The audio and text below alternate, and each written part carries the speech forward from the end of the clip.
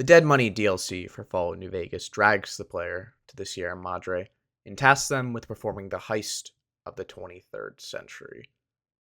The casino and its surrounding villa are some of the most bone-chilling horrors found within the entire series. However, the scariest part of the DLC is not the twitching ghost people fused within the suits that were supposed to keep them safe, nor is it the roaming holograms, doomed to repeat the final words of those who perished many years ago, but instead, the complete and total disregard for the laws of physics.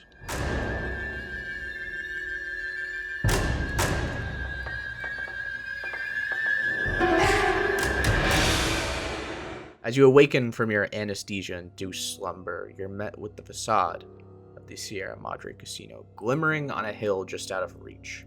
Before you can actually get your bearings, said view is interrupted by the visage of an old man in Brotherhood robes. He explains the fate that has befallen you. In a bunker outside of Nelson, you are knocked unconscious by a toxic gas and dragged into the courtyard where you now lay. A bomb collar was cinched around your neck, and the only key to freedom lies in the task you have been brought here to complete. The man needs you to assemble a crew and break into the casino to find the treasure within. Your mission's now clear, and the man is replaced by a hologram of a woman dressed in an evening gown. As you approach, you notice gold coins are glimmering from the fountain she hovers above. These gold coins are unlike anything you've ever seen before.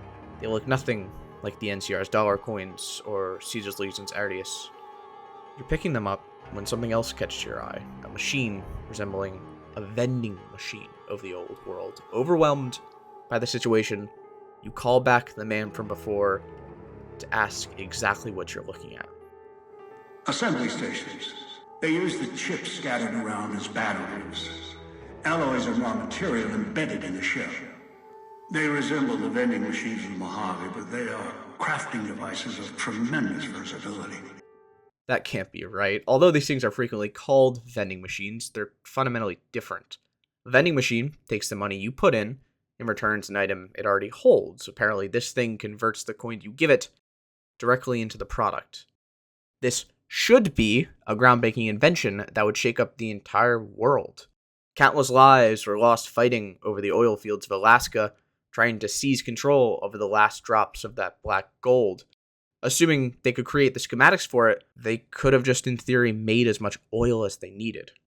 Even if they can't use this new tech to solve that particular problem, you can already make as much food as you want. World hunger would be a thing of the past. Well, as much food as they have the coins for. They wouldn't want to go around breaking one of the most fundamental principles of physics, now would they? The physics principle I fear we might be threatening is the conservation of mass. It basically states that the total mass of a system has to remain constant. It makes sense. You can't make 5 pounds of something with only 4 pounds of supplies. In the context of the DLC and these vending machines, the only things that are going in are the coins scattered around the area. These gold discs have to weigh enough and have the supplies to produce whatever's offered. Just to check to make sure everything's in line, let's try to figure out the minimum amount these chips have to weigh. To do this, we need to look at everything the vending machine makes. It ranges from simple bits of food all the way up to plastic explosives and harm chems. Almost all of them have an in-game weight, so we can use that for our target mass, but since everything also costs multiple chips, we have to calculate the per chip weight of every object. After doing this, the worst case scenario were the food products, which cost 5 chips and weighed 1 pound. This means that for everything to hold up, each chip would have to weigh at least 1/5 of a pound, or around 90 grams. For context, this would mean that a single Sierra Madre chip would have the same weight as about 16 US quarters. So now that we have a number, does this line up with what we actually see in the DLC? In game, they have no weight, but I'll give them the benefit of the doubt and say that's simply a gameplay decision. Various other essential items don't have weight, like caps or bobby pins. They're around the same size as said bottle cap, which has a volume of 4.2 cubic centimeters. If it was made completely out of gold, it would only weigh 81 grams, so we're 9 short. We do know that it's a collection of different alloys and metals, so we just need to look for something heavy enough. I took a look at the density of every metal, and I was actually able to find 2 that would fit. The first is platinum, which, if the whole coin was made of it, would sneak just by at 90.3 grams, and osmium, which does so more comfortably at 94.2. So I guess it all does work. The chips are some composite of alloys made primarily of osmium and platinum, which means you can rest easy knowing that your favorite video game stands by the principles of the world around it. Although I did notice something. Not only are you able to put in chips and get something out, you're also able to return a small number of items and get some chips back. Presumably, the resources are being extracted from the returned goods and converted into some of these gold beauties. This could be a problem. The physics principles I mentioned before go both ways. In order to get 1 pound of coins, you need to put in at least a pound of junk, which is where things start to fall apart. A carton of cigarettes will grant the player 20 coins while weighing 2 pounds. With those 20 coins, you're able to go buy 4 Fancy Lad snack cakes, which has a total weight of 4 pounds. You took the 2 pounds of matter that you started with, and you doubled it. You've just torn the world apart. The Roman philosopher Lucretius stated in his text on the nature of things, "Dil posse creare di nihilo," which translates to "nothing comes from nothing." He didn't invent this concept either. It's been talked about since the ancient Greeks, and possibly even prior. It's impossible to create something out of thin air, but we just did. This made me truly distraught, so I had to clear my mind.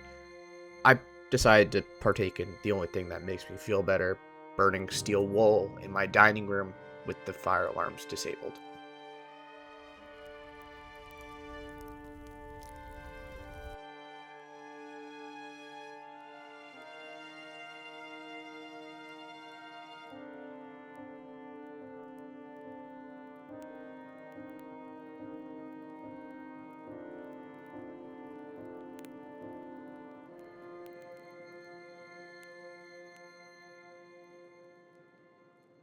And at this point, I'm just really upset. Not only does my favorite video game just play flippantly with the laws of the universe, but so does the real world. How does this happen? How does something gain mass? Well, it turns out it didn't. The law of conservation of mass states that mass cannot be created nor destroyed within a system. In my case, the steel wool is not creating mass out of nowhere. It's taking it from the air. You can't see it, but there's oxygen all around us, along with nitrogen and some other fun stuff. When it comes to the Sierra Madre vending machines, it's not just the 2 pounds of carcinogens, which results in 4 pounds of also probably carcinogens, but you also have the entire atmosphere around them to grab from. Greed is a central theme in the Dead Money DLC. The whole plot revolves around you breaking into a bank vault and stealing all the treasure it contains. When you finally get inside, you're met with piles of gold, enough to make you one of the richest men in the entire wasteland. Unfortunately, a timer has begun, and the casino's going to blow. If you try to grab all the wealth in front of you, you'll die in the blast, quite literally dying of your greed. Is that not a similar message to the greedy vending machines? Stealing from the air around them, or something like that. I'm sure that's what they were going for. Also, quickly, the conservation of mass has been kind of shaken up in modern physics. A guy named Albert Einstein proposed something he refers to as special relativity. And with that theory is the very famous equation E equals mc squared, which allows you to convert energy into mass and vice versa. Maybe this is another viable solution where the mysterious weight comes from. Using the example from above, if we wanted to create the 2 mystery pounds of mass out of energy, it would require 8, followed by 16 joules, which is more than the largest atomic bomb ever tested, by a factor of 10. So it's probably just that whole stealing from the air thing I mentioned, or it's just a video game, who knows. Well, everyone seems a damn genius lately. TikTok talking, late night TV. There's still so much I have yet to know.